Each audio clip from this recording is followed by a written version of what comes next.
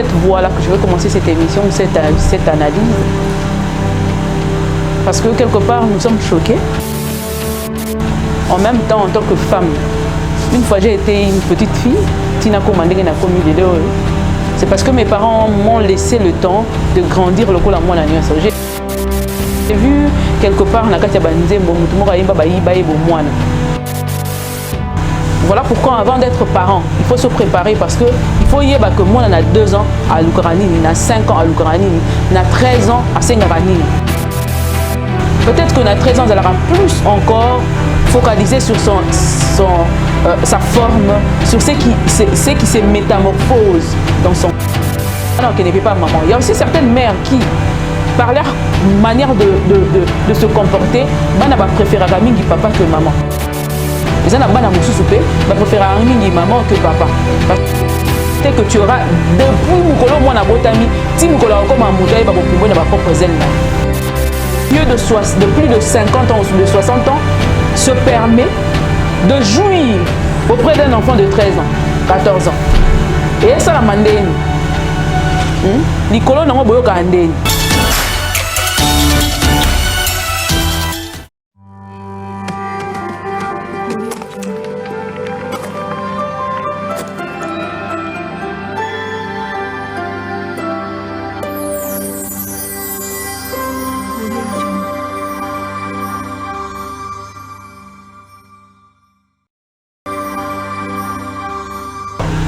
Très chers abonnés de Yokani Télévision, merci énorme de votre fidélité sur cette chaîne. Merci Nabaone sur vos avis en cours. Merci Nabaone Nyoso, Bolekanaki, Bokendaki, Mebozongi Lissus. Merci à tous ceux qui nous soutiennent de près comme de loin.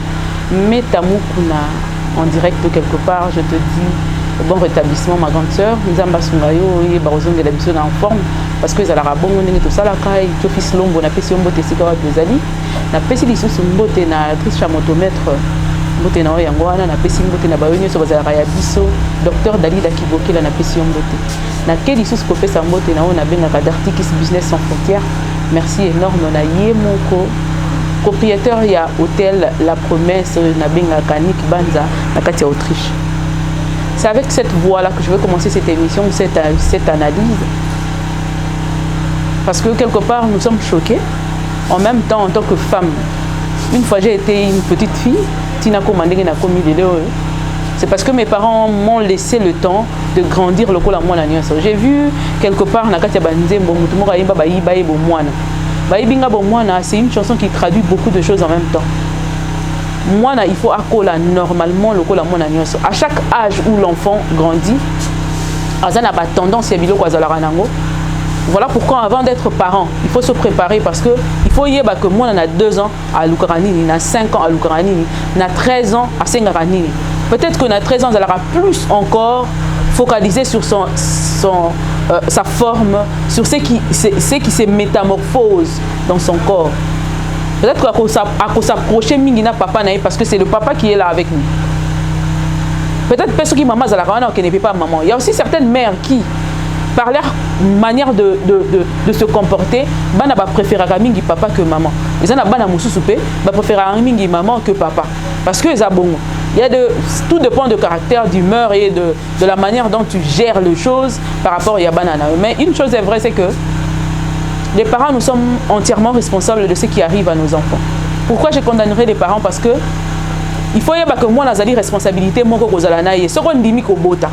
c'est une responsabilité que tu auras depuis Moukolo, moi, na botami, si Moukolo comme un mouton, il va pouvoir na propre zèle. Peut-être que même si à Pumbo, à Rwandozong, il a pour poser la question. Mais ce qu'on voit au milieu de ce qui s'est au milieu de Congolais ou de Quinois précisément, et comme au Bangui ça. Comment un monsieur de plus de 50 ans ou de 60 ans se permet de jouir auprès d'un enfant de 13 ans, 14 ans? Et ça la mandine. Parce que moi je suppose, ce même monsieur-là, si on peut faire une explication que moi à 13 ans, on a propre collègue, moi si na ya mukolo. Ce qui est faux, ce qui n'est pas juste, c'est que quelque part, ce que c'est que Eza pas pratique, Bokoti, Ou carrément, tu veux carrément abuser des enfants des autres. Est-ce que yo moi nana yo ceux qui bazué à 14 ans, 13 ans, bah ça dit même chose que eux ça la bana baninga, olobanangoni. Et puis ce qui m'étonne dans tout c'est que nous quand on avait 14 ans, ça ba bisanga na robala ozolela. Osili que bani olela. Na ko sala nga bongo pour que soni. Parce que bana lelo pena papa mo biba bon pena tio pena lito ya telemi pena tio lito pese o cheli epé.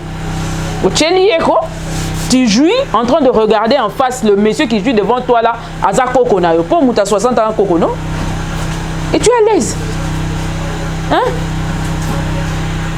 Vent oyo ezo me mabana ebele ezali, bana bakomo linga mbongo. Na uti voyage moko na ye na Kinshasa, après 3 ans d'absence, na vani na hôtel moko. J'ai été très surprise parce que je ne pensais pas. Parce que moi, je me disais, entre guillemets, les bandes des âmes koyinda makas. Maintenant, on a zongi na kin, na sentir que kin est beba na vitesse ya okondi mate. Na kati hôtel, on attend, on a vendu. Pendant que je me cherchais une maison,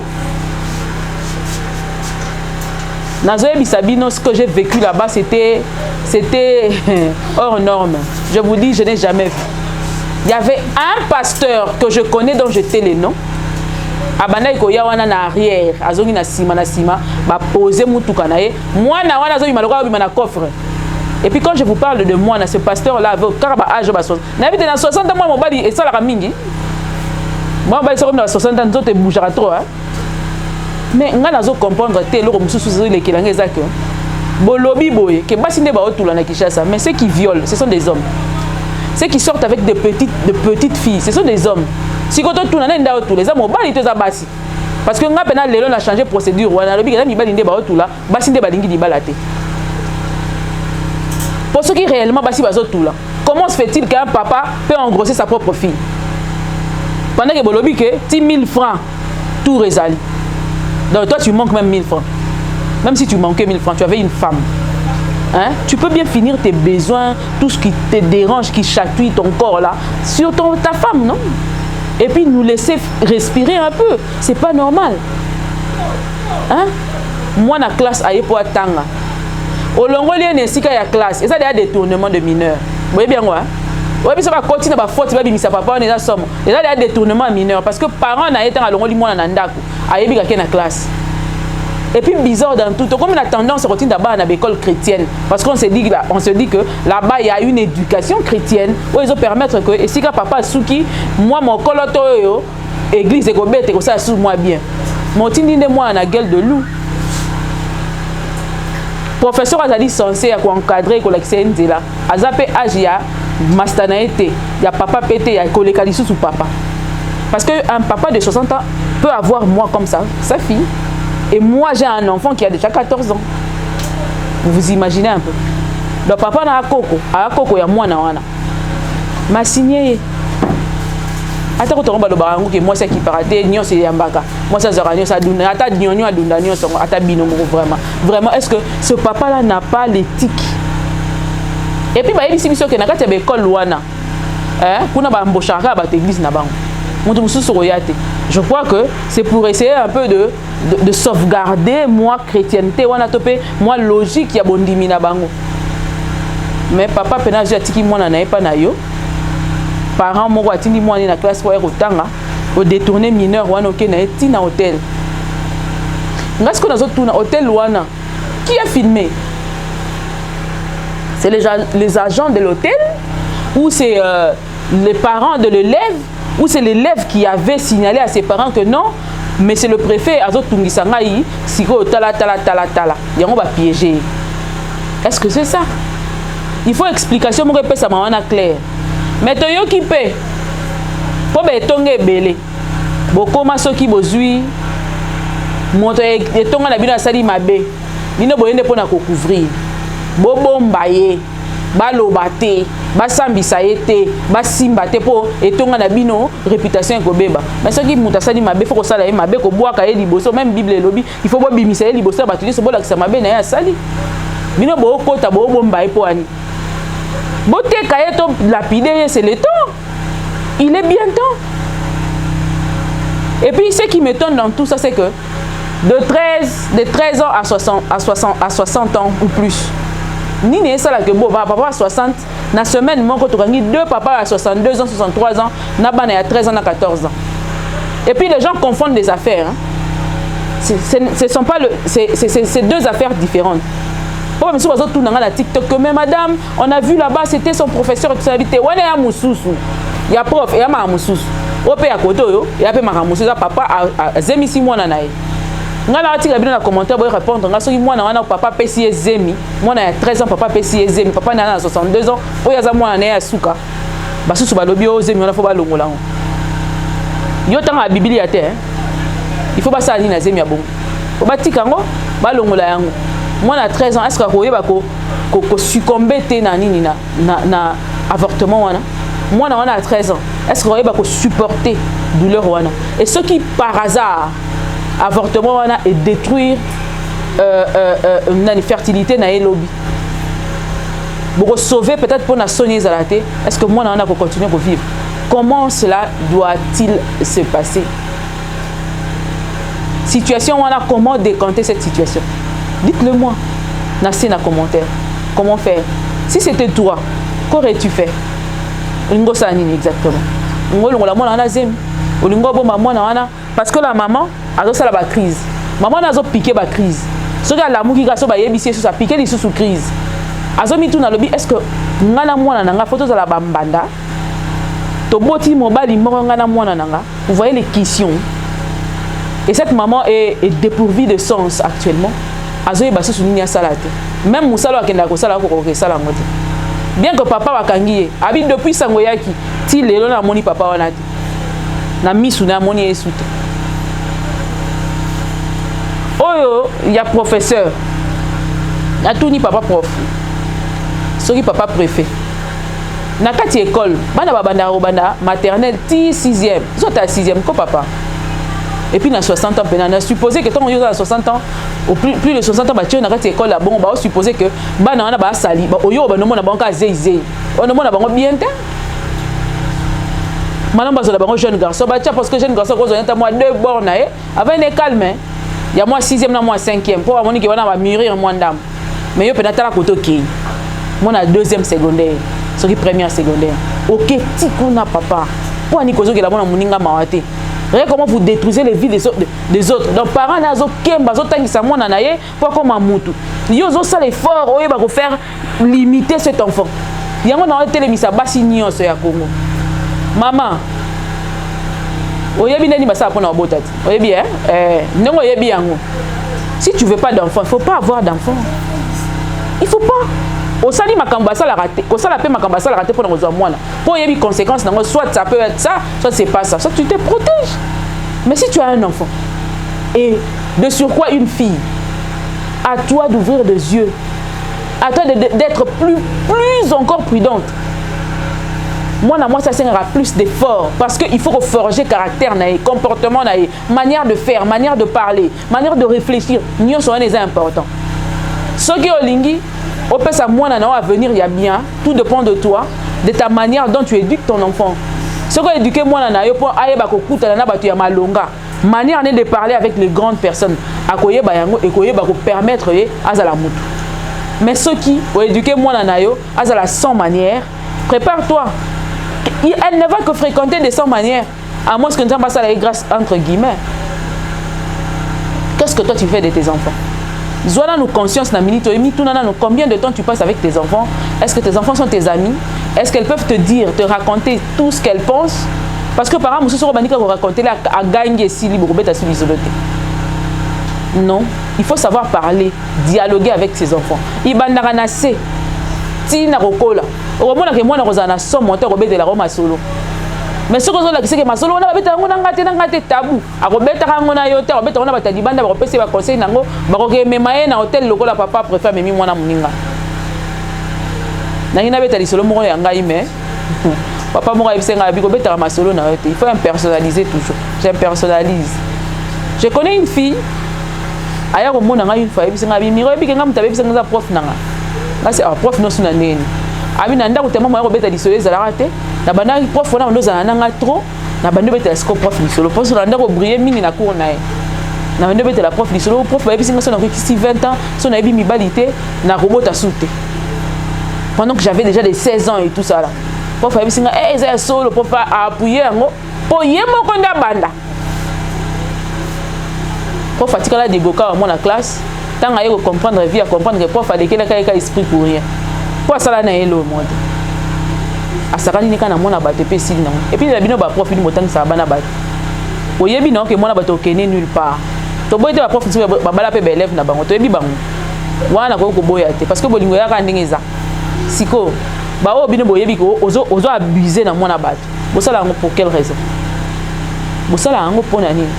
Mama fongola miso pour vitesse o bana ba komi nango lelo c'est impossible. Android est na vitesse moko bana so ko gérer bango te. Yo mo faut ko na monde Android pour ko gérer bana. So ko côté to bana comprendre et ani elekana. De faut mi côté ça na on s'actualiser. Ça la mise à jour maman. Atali pour te comme le maman mo boulou beta pantalon kota na mise à jour ya Android pour comprendre ko gérer bana lelo. Pour so ko za na vitesse moko na bango te o tika na simo bando kamwa kaka. Bah wow, ezolekelo kaka. Faut comprendre. Je crois que moi je vais m'arrêter par là. Quand je vais faire une analyse, je ne vais pas prendre 30 minutes parce que ça va servir à rien. On va prendre 15 bonnes minutes peut-être pour nous permettre à bien cerner ce qu'on va se dire entre nous. Parce que quand je le dis avec mon cœur, parce que je le dis, il fallait faire ça de mon cœur parce que Nalingabo comprendre et quand il s'agit d'enfants, moi, on ne m'a pas donné la chance de vivre comme un enfant normal. Et bakanda wana nyo somte sala rake. So na kili kamba mwana na ya côté lema. Ba yibanga bo mwana. Na zwa tanga o sakanate. Na zwa tanga ko zala mwana lokola mwana nese na ndako te. Alors quand il s'agit d'enfants là, je blague pas, je viens. Oye, toye. Na makambo bana. Donc ça ba jeter. Botika la mwana vivre normalement. Ti esika wapi akokola pour sa responsabilité mususu. Botika repesa bana ba responsabilité za ya bangote. Maman alors sois sage. Kengela mwana na yo esika wapi azali kanga mwana na yo esika wapi azali kengela eloba kana ebetela ka lisolo ke muta kokosa wa azali te. Que la sexualité ne soit plus tabou parce que ceux qui ont payé en côté internet et pesa ceux qui ont payé en côté balabala e kabela yango yo tangisa yango na ndenga solo parce que tanga ko bima libanda akomona ngo eloko asikate akoyeba ko gérer yango pesa ya na maîtrise ya ko gérer sexualité ya ko gérer ba je t'aime nyo sa libanda mususu ezala que na ndaku yo yebina yo nano yebisa moi no je t'aime te. Et soit au point. So ka yokengo libanda yo ka miyo titi. Nzoto ne fo ningana. Po yo ka ngoti. Donc yo po yebisa moi no que ma fille je t'aime. Chérie je t'aime. Tu es jolie, tu es belle et tout ça là pour avoir une assurance na ye parce que tant muto yebisa ngo libanda elengi c'était po yebike maman biso mo abeta biso ngo pamba ba main libre nyos. Il faut dire à ta fille ce qu'elle est. Et que l'ongolais complexe wana.